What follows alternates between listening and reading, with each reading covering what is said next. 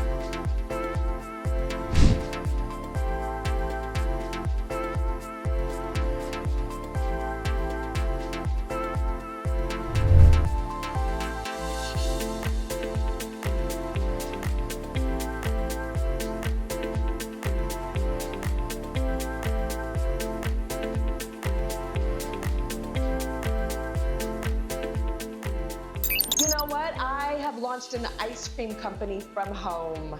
Okay, tell me. It's called Smice Cream. Smice Cream. Yes.